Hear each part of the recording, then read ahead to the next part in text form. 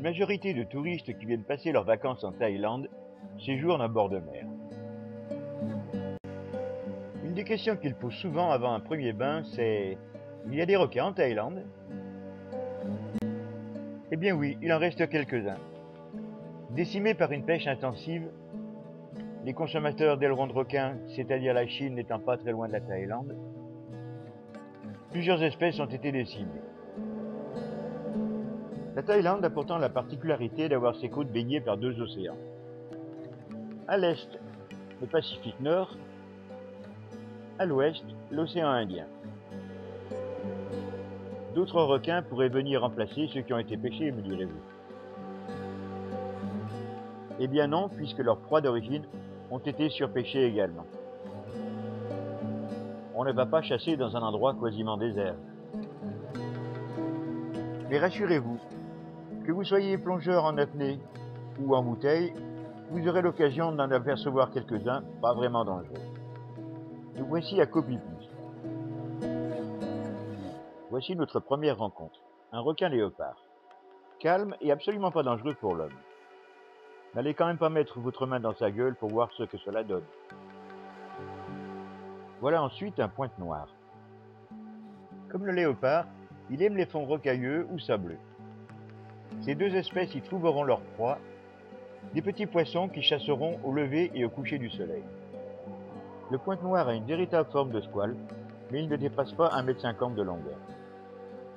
Sa gueule est armée de petites dents bien tranchantes qui pourraient faire du dégât si vous êtes mordu. Mais c'est un animal très craintif, ce qui n'est pas le cas du requin léopard comme ici. Vous pourrez quasiment faire un selfie avec lui. Le paisible requin guitare est plus rarement observé. Laissez-moi dormir s'il vous plaît. Ce n'est pas encore une raie qui font partie de la famille des requins, mais cela deviendra un jour. Voilà déjà 3 spécimens qui n'ont pas une réputation sanglante. Voilà maintenant le plus grand des requins que vous pourrez rencontrer en Thaïlande, et sur toute la planète en fait. C'est le requin-baleine, le placide des placides, qui passe ses journées gueule ouverte à filtrer l'eau pour y récupérer le plancton. C'est jusqu'à présent le plus gros poisson du monde. Je dis jusqu'à présent parce que nous ne savons pas encore tout ce que recèlent les profondeurs.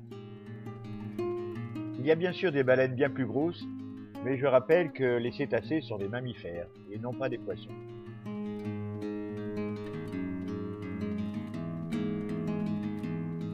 Fini de rire, voilà un client sérieux.